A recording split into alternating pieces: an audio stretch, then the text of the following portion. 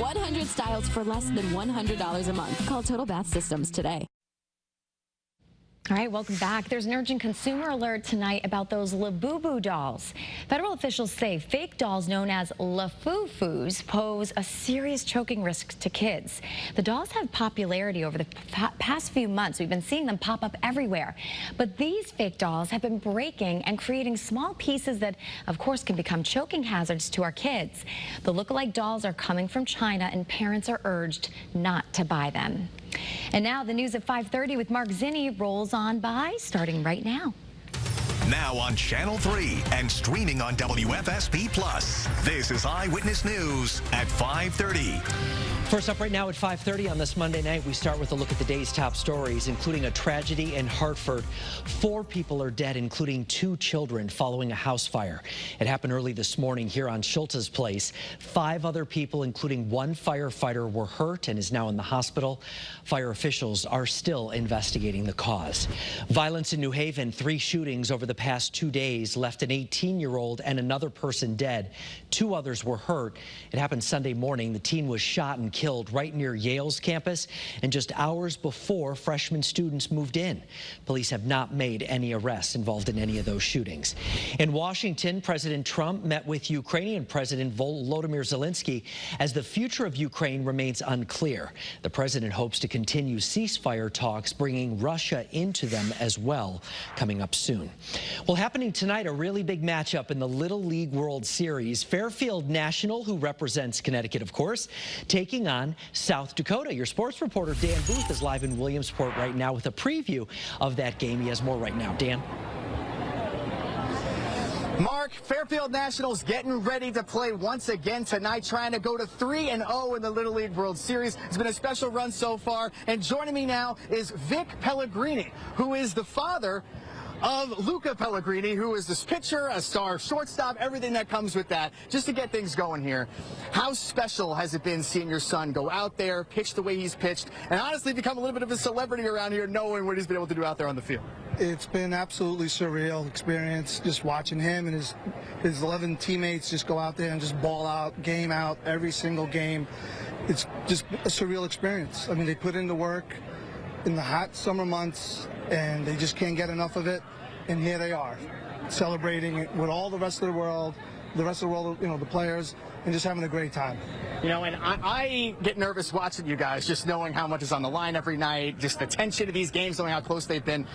What's it like being a parent and watching this and trying to sit there and just know every pitch matters and just sitting on the edge of your seat like that? It means a little more, for sure.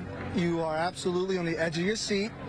You may start at one seat, and you may start working your way around the field or the stadium or wherever, you know, because the nerves, you know, they do overcome, and you just got to take a deep breath, just like I tell Luca all the time. You got to take a deep breath. Same goes to the parents. You got to take that deep breath and just move on to the next play. You know, and what is it about this experience for Luca that has made it so special for you and your family, just knowing how much he's grown since he's been out here? He loves baseball. I mean, he puts in so much time and effort into it outside of team practices. And just to see him live out his dream was to be here. And all that work that he put in, just like the rest of his teammates, you know, they're here, all because of the hard work that they put in. So for me, you know, the saying is, put in the hard work, right, and you get to enjoy the fruits of your labor, and here they are. Vic, thank you so much for the time, man, and I'm pretty sure I know the answer for this, but who are you guys rooting for tonight?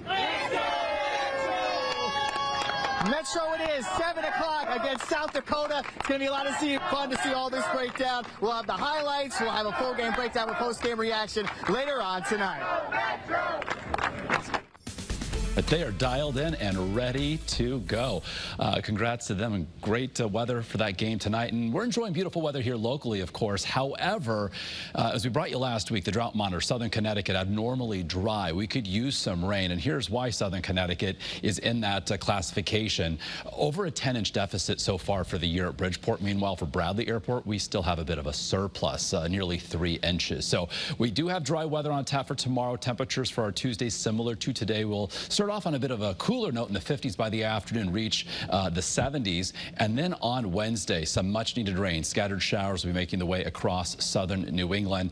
So we could certainly use that rain. We could pick up around half an inch, perhaps some locally higher amounts. If you're heading out and about this evening, the weather certainly cooperates. Temps in the 70s inland, hit the 60s as we head toward and past 9 o'clock. We'll hit the 60s a little bit sooner along the Connecticut coastline. Much more on Wednesday's rain and as well Hurricane Erin, and what to expect for the upcoming weekend in the First Alert 7-day. Okay, Mark, we'll see you in a few minutes. Thank you.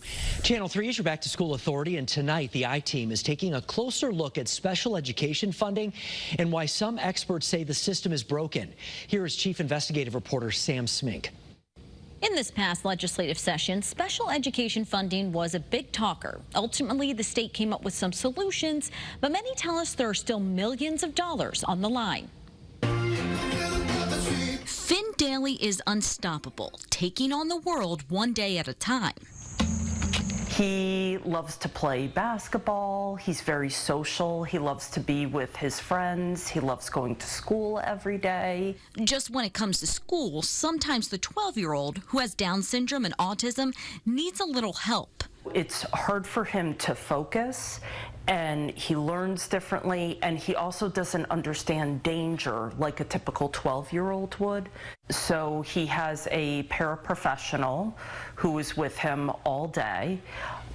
He receives occupational therapy, physical therapy, speech therapy. Finn receives all his services through the West Hartford School District within the district. Some students in Connecticut have extraordinary needs that districts can't provide themselves, resulting in those students being sent out of district to specialized programs instead.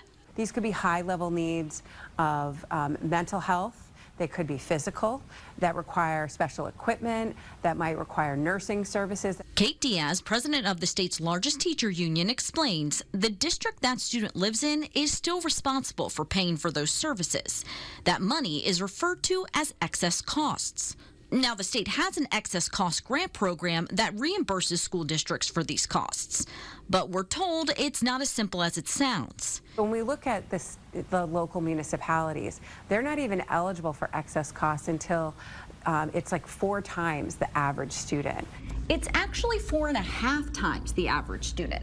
What does that mean? Say, for example, a school district spends an average of $20,000 per student. It wouldn't be able to start collecting reimbursement until it's spent at least $90,000 on that student receiving excess cost services. And because special education costs are rising, but the state grant program has been short funded over the years, districts don't typically receive full reimbursement. Depending on several factors, reimbursements can range from 55 to 80%.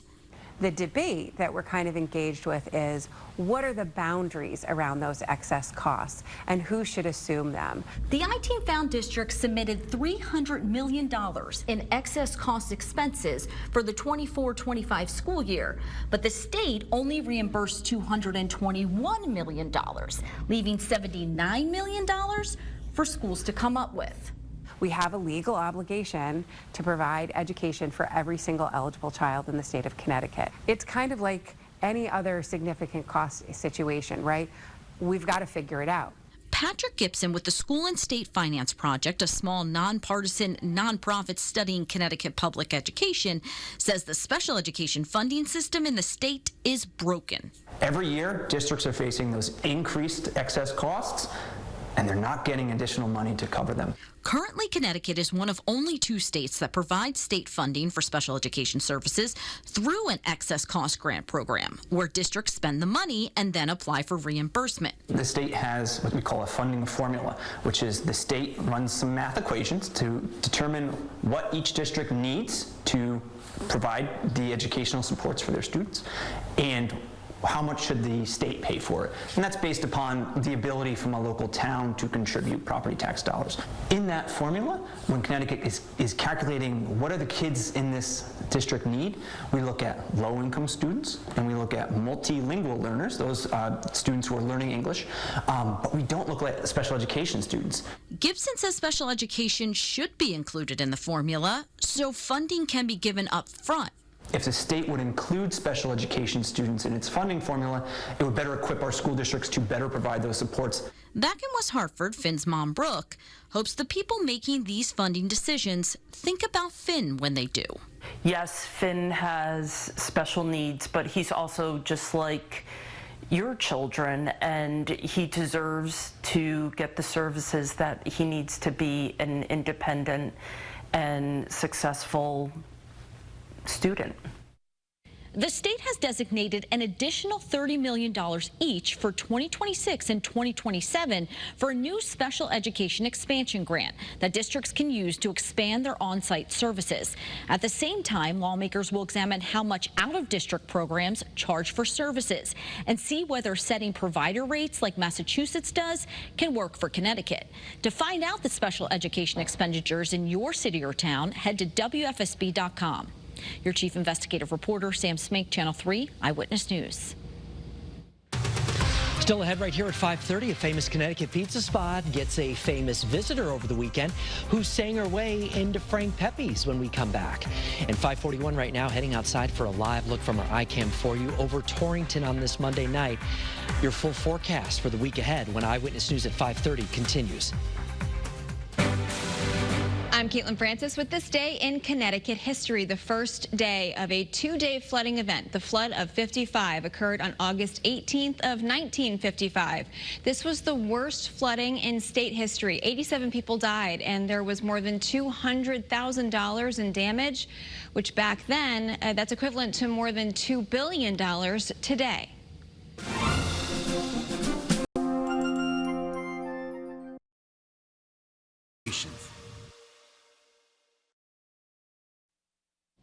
Well, restaurants may have raised menu prices over the past few years because of rising costs and inflation, but one chain is bringing back a popular value promotion for the same price that it used to be.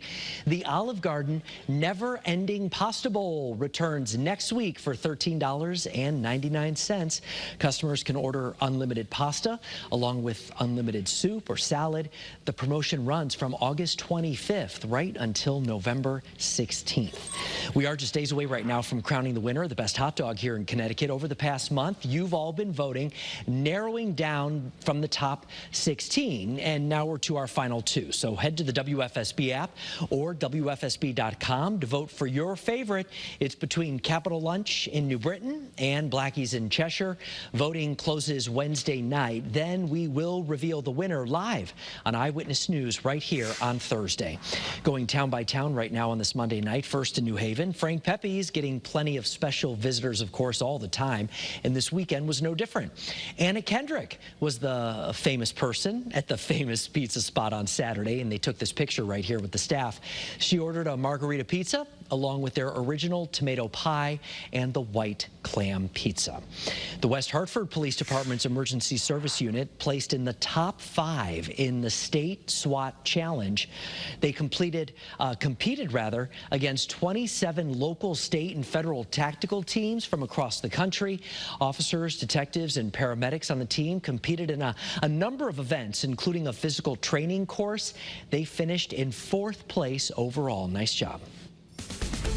All right, a beautiful start to the week across Connecticut. It's cooler than average temperature-wise, low levels of humidity. And after a bit of a cloudier start, lots of sunshine. Jim Meehan sending in this picture from Northwest Connecticut from Canaan, noting several things here. Of course, lacking any sort of poor visibility and smoke from Canadian wildfires, and as well the yellow goldenrod starting to appear on roads in and around town. So beautiful there with some wispy cirrus clouds on this Monday. Now tomorrow, we're going to see a blend of sun and clouds. Temperatures very similar to today. Then we'll trend cooler and unsettled on Wednesday. Showers, much needed rain on the way for the middle part of the week. Then Thursday will start cloudier, trend brighter. Temperatures approach the 80-degree mark. We're back in the 80s on Friday. And look at these overnight lows over the next couple of days in the 50s. So great weather for perhaps sleeping with the windows open. Let in that fresh air. Give the air conditioning a break. Save a little money. We've got temps this weekend that will be in the low and mid 80s. 70s. Saturday, mostly sunny. Sunday, we're timing out the arrival of a cold front that could bring some late day showers, maybe some thunderstorms. Could come in a little bit later, perhaps into Monday morning. So a little wiggle room here. Time frame of interest as we close out this upcoming weekend. But before that fronts get here on Sunday, turning a bit muggier and as well breezy. So as we check out the very latest on Hurricane Erin, still Category 4 storm. The latest track here bringing it north and then curving it to the northeast. So well east of the eastern seaboard, west of Bermuda, and then well away from southern New England by several hundred miles as we head Thursday into Friday, passing offshore as a Category 2 storm. So from this particular tropical system for southern New England, Atlantic-facing beaches, a little bit of a breeze, but we're not talking about anything substantial wind-wise. And for beaches, rough seas, high surf, and a concern for rip currents. If you are heading perhaps to Rhode Island, the Cape, the islands, or to Long Island,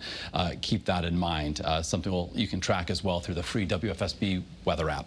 Our view from Torrington showing, like we saw in Jim Meehan's picture, beautiful scene there, lots of blue sky. Looking downstream of the Connecticut River from Middletown down to where the river meets with the Sound in Old Saybrook. A great evening underway. We've got temps in the 70s. Those temps this evening will be dropping through the 60s as we head toward and past sunset. So high pressure keeping us dry today and as well for tomorrow. Then this boundary lifts northward, and that will bring us our chance for showers for Wednesday. So 70s going to the 60s as we head towards 7, 8 o'clock this evening. Then after midnight, we're dropping into the 50s. 50 to 55 for many spots inland and along the shoreline. Some upper 40s possible across northwestern Connecticut. So certainly kind of a feel of autumn, certainly feeling more like September instead of August. Temps tomorrow, 70, 75 across the hills of Litchfield County, mid-70s across the greater Hartford area, mid-70s throughout the quiet corner of northeastern Connecticut. Taking you town by town along the shoreline, temperatures in the 70, 75 degree range, 74 Mystic, 76 Old Saybrook, 76 for Haddam, 77 the forecast high for Branford. So another really nice day, sun and clouds again. Here comes the wet weather on Wednesday. Periods of rain, some scattered showers. We could see a quarter of an inch, half an inch, maybe 3/4 of an inch in a few spots. So we'll take what we can get given the building rainfall deficits. For Wednesday, again, after those showers, Thursday trending brighter and also warmer with highs closer to 80. How a new app is helping towns in southeast Connecticut plan for flooding. That's straight ahead. With immersive audio, now at Jordan's. Some towns in southeast Connecticut have a brand new way to plan for flooding. Luke Hydash is your reporter in New London County. He is live in Mystic right now to explain a little more about this new app. Luke. Mark, it's pretty simple. It's called My Coast, and the idea is when you come across flooding, you take a photo on your phone, you submit it through the app, and then town leaders can identify problem spots throughout town that need to be addressed when severe weather strikes. But it's not just when there's flooding as well. High tide, they want you to send in pictures as well. Just before 6 o'clock, we're at high tide here in Mystic, and take a look at what things are looking like right now at these docks at Mason's Island. Could be a problem.